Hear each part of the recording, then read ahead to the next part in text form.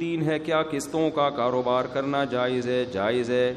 Doctor اسرار احمد صاحب نے کہا ہے کہ یہ سود ہے نہیں. ڈاکٹر اسرار احمد صاحب ہمارے لیے بہت قابل احترام رحمہ اللہ تعالی، لیکن وہ مفتی نہیں تھے.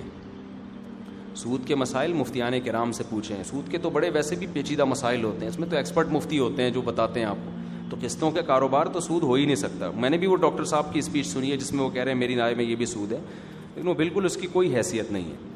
باقی انہوں نے جو دین کے کام کیے ہیں، ہمارے یہاں جب کسی ایک سے کسی بات پہ اعتراض کیا جائے تو لوگ سمجھتے ہیں میں اس کے اگینسٹ ہوں. ان کے قرآن کی بڑی خدمت کی ہے انہوں نے. جو ہماری نئی جنریشن ہے، جو اسکول یونیورسٹی کالجز کے لوگ ہیں اور اپر لیول کا جو ہمارا طبقہ ہے، اس پہ بڑا ان کا اچھا کردار ہے. بڑی محنت کے ساتھ وہ درس قرآن دیا کرتے تھے، اب بھی ان کے درس موجود ہیں. لیکن مسائل کے معاملے میں تو آپ مفتیان کرام سے پوچھو گے.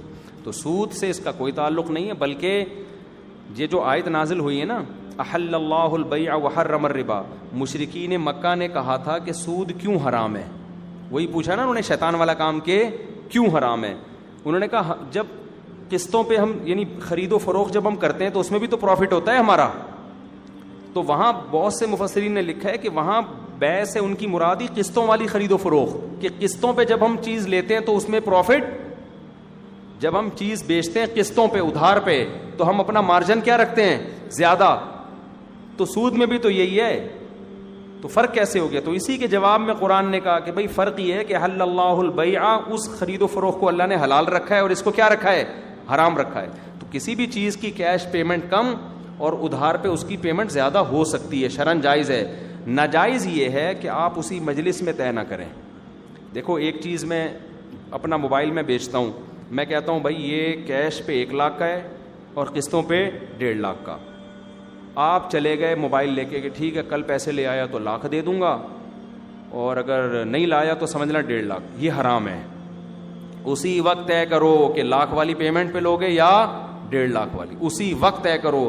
اور جو ایک دفعہ طے ہو گئی اب اس میں کمی بیشی نہیں ہو سکتی. مثال کے طور پر آپ نے کہا میں 1.5 لاکھ والی پیمنٹ پہ سودا کر رہا ہوں اور میں 1 سال میں پیمنٹ دوں گا. میں نے کہا جی ٹھیک ہے موبائل لے جا بھائی، ضمانت کے طور پہ کوئی بھی ڈاکومنٹ جمع کرا دو، 1.5 لاکھ لے آنا. کل آپ آئے کہہ رہے یار ایسا کر یہ 1 لاکھ پکڑ اور باقی قسطیں معاف کر. اب نہیں ہو سکتا، سمجھ رہے ہو؟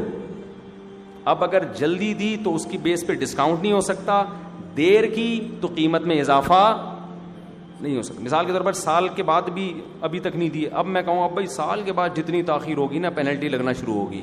یہ کیا ہے؟ ناجائز ہے، بشرطے کہ وہ پینلٹی آپ کے پروفٹ کا حصہ ہو. سمجھتے ہو؟ تو یہ ناجائز ہو.